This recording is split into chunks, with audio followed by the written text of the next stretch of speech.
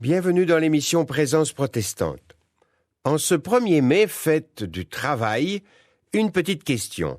Êtes-vous heureux au travail?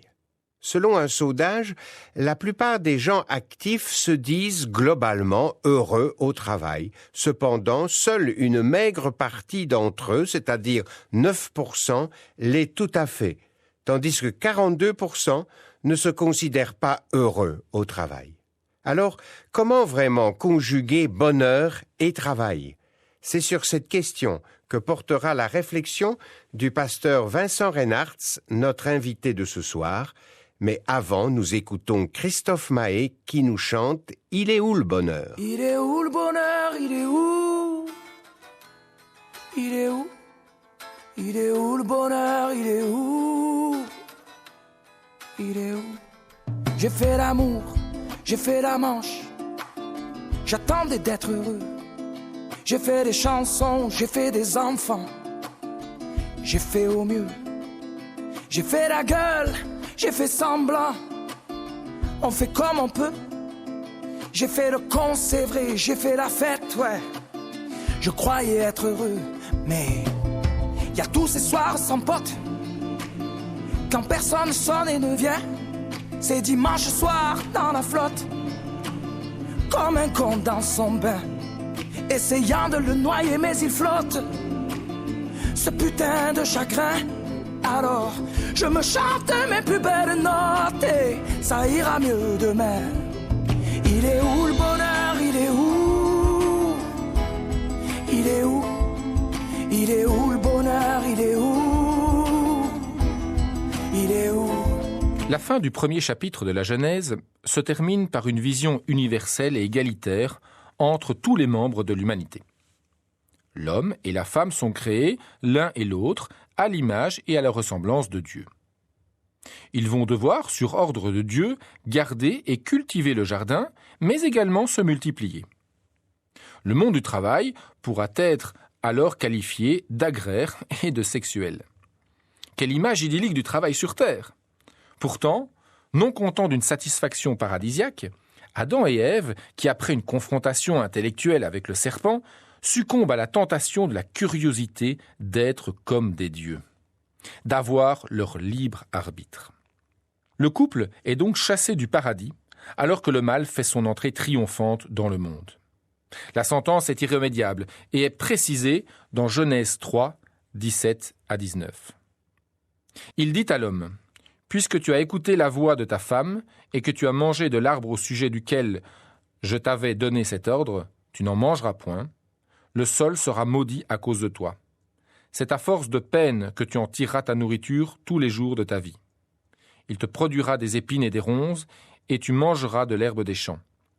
C'est à la sueur de ton visage que tu mangeras du pain, jusqu'à ce que tu retournes dans la terre où tu as été pris. Car tu es poussière et tu retourneras poussière. » Ce texte souligne le contraste entre le souvenir d'un travail plein de bonheur au sein d'un environnement entrepreneurial paradisiaque, on pourrait presque dire qu'Adam et Ève avaient un statut de fonctionnaire, et une nouvelle situation professionnelle où l'être humain va devenir son propre patron. Les premières impressions expriment donc la souffrance et la peine. Dieu fait disparaître les notions d'abondance et de fontaine de jouvence, tout en déposant au centre de la vie de l'être humain la possibilité de vivre par l'effort quotidien. La douleur devient donc un risque inévitable dans les choix que nous posons. Alors que certains parlent de malédiction, Dieu met devant l'homme une nouvelle réalité. Il va devoir conjuguer jour après jour le souci de vivre ou de survivre avec le poids de l'exécution de sa tâche. On quitte donc à partir du chapitre 3 de la Genèse, le cultiver et le garder pour entrer dans le labeur et la sueur afin de survivre jusqu'à la mort. Depuis des siècles, le travail et le bonheur furent donc toujours très peu associés dans une même phrase. C'était la nature et les fêtes religieuses qui rythmaient le travail jusqu'au milieu du XIXe siècle. Les périodes chômées pouvaient s'étendre de 8 semaines à la moitié de l'année. Mais il n'y avait pas de vacances payées, ni de chômage, ni de sécurité sociale. Mais avec l'ère industrielle et la déchristianisation, l'être humain a considérablement augmenté son nombre d'heures de travail dictées par les exigences du dieu marché.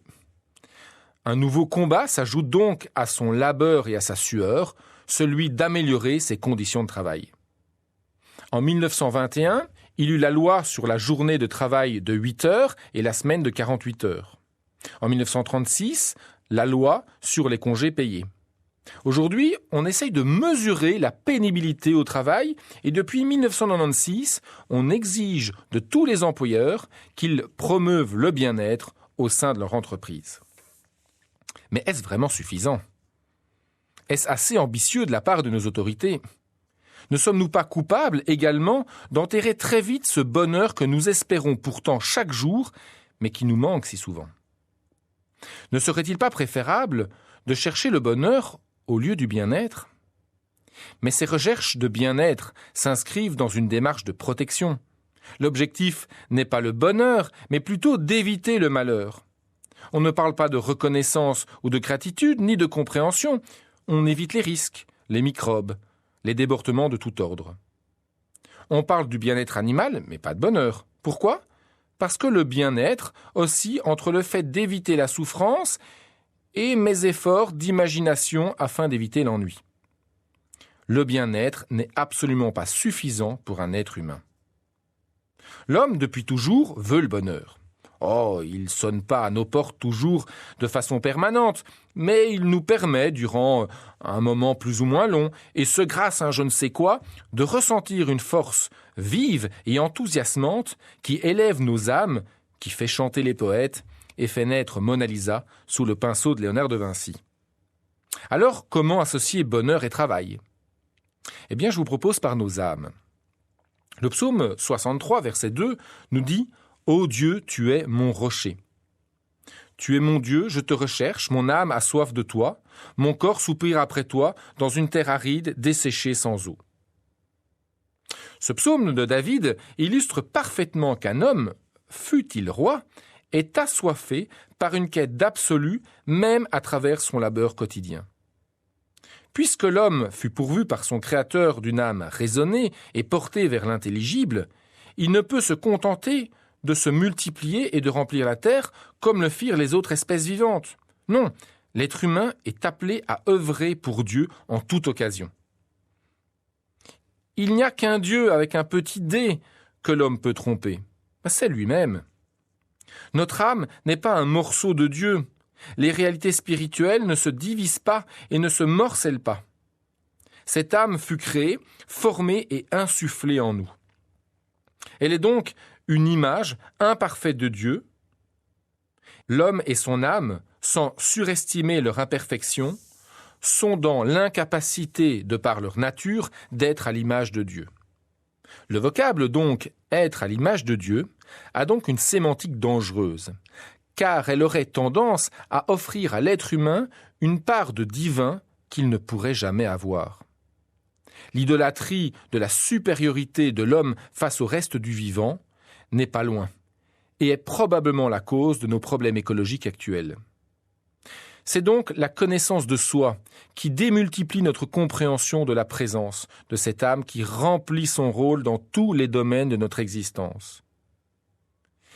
Il n'existe donc pas une dichotomie entre les activités spirituelles durant lesquelles l'âme serait en totale effervescence et les activités professionnelles où elle se reposerait et laisserait l'homme tranquille.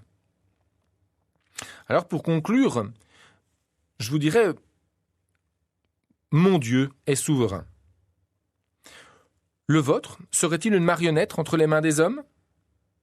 Tant dans nos activités sportives, professionnelles, sexuelles, même excrémentaires, notre âme, qui est unie à Dieu, est toujours en pleine ébullition. Le travail devient bonheur, même dans la sueur, lorsque nous comprenons que non seulement nous travaillons pour Dieu, mais également que c'est Dieu lui-même qui nous fait travailler. Dieu m'a pourvu d'audacieuses qualités qu'il utilise pour sa gloire. Mais il y a un deuxième point pour la conclusion, c'est l'historicité d'Adam. Car ce premier homme sur la terre, le péché et par la suite le sacrifice rédempteur de Jésus-Christ sont totalement liés. Ne pas reconnaître la légitimité du premier Adam revient à vider le dernier Adam de toute substance. Si l'un devait chuter, il ferait choir non seulement toute la vision transcendantale de l'histoire biblique, mais également le message d'amour sacrificiel de Jésus-Christ. Car puisque l'homme est pécheur, il lui faut le salut en Christ. Mais sans véritablement s'en rendre compte, nier Adam bouleverserait ou anéantirait totalement notre civilisation occidentale basée sur le droit de l'homme, les valeurs démocratiques, l'égalité pour tous, l'état de droit, la solidarité universelle, c'est-à-dire tout le bonheur de nos vies, de notre activité, de notre travail. Mais finalement, n'est-ce pas ce qui est en train de se passer ? Je terminerai donc par Jean 10, 27. Travaillez, non pas pour la nourriture périssable, mais pour celle qui subsiste pour la vie éternelle, celle que le Fils de l'homme vous donnera, car c'est lui que le Père, Dieu lui-même, a marqué de son empreinte.